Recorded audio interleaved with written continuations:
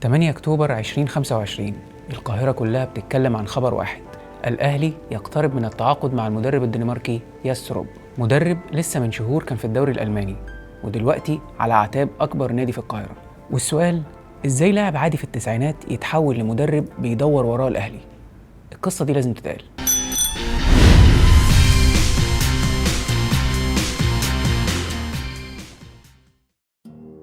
القصة مش بتبدأ في القاهرة ولا حتى في ألمانيا، بتبدأ سنة 1989 في الدنمارك. شاب عنده 19 سنة اسمه ياس بيلعب في نادي أودنسي. في أول موسم ليه الفريق بيفوز بالدوري، بس رغم البطولات ياس ما كانش نجم شباك، كان لاعب عادي جدا في الكورة، مش عبقري.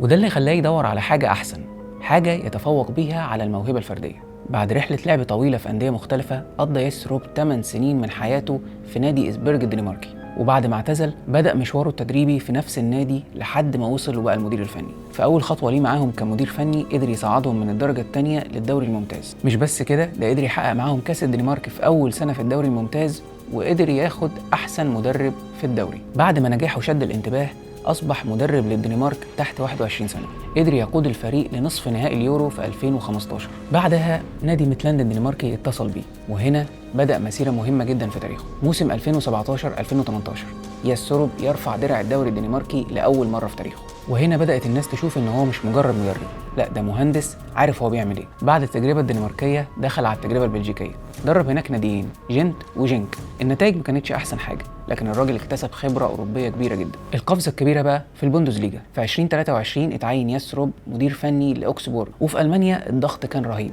النتائج ما كانتش مستقرة. وفي مايو 25 النادي أعلن نهاية التعاقد. ناس كتير قالوا إن دي نهاية الرحلة وإن المدرب فشل، بس الحقيقة فينسنت كامباني مدرب بايرن ميونخ اللي محقق نتائج هايلة جدا السنة دي وكسبان كل ماتشاته، قال إن المدرب ده من أفضل المدربين اللي شافهم في ألمانيا.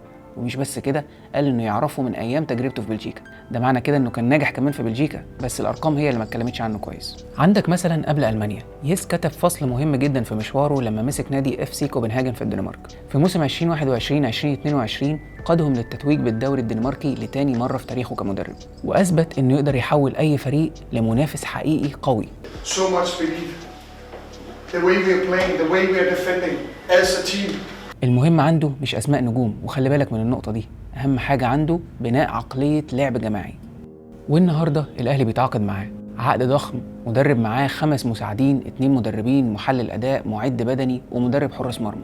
بس جمهور الأهلي منقسم، في ناس شايفة إنه هيغير شكل الفريق للأحسن، وناس تانية خايفة إزاي نجيب اسم مدرب مش عالمي. لكن لو بصينا لتاريخه هنفهم حاجة: كل مرة المدرب ده كان بيتقلل من قيمته كان بيقدر يثبت العكس، من لاعب عادي لمدرب كاسر للتوقعات. هو كاسم أول مرة يدخل أفريقيا وكل تجاربه في أوروبا، ودي أكيد مخاطرة. لكن لو عايز فال كويس، فايلر في أول ماتش ليه مع الأهلي كان في أدغال أفريقيا بيلعب في دور ال 32. ياس روب أول ماتش ليه مع الأهلي في أدغال أفريقيا في بوروندي هيلعب في دور ال 32. يعني الراجل هيشوف أصعب أجواء في أول خطوة ليه مع الأهلي. عايزك تقولي رأيك في الكومنتات، شايف التجربة دي ممكن تنجح ولا ليك رأي تاني؟ وإيه اللعيبة اللي ممكن تتألق مع الراجل ده، والتشكيلة اللي ممكن فعلا يبدأ بيها أول ماتش ليه؟ أشوفكم في حلقة جديدة، سلام عليكم.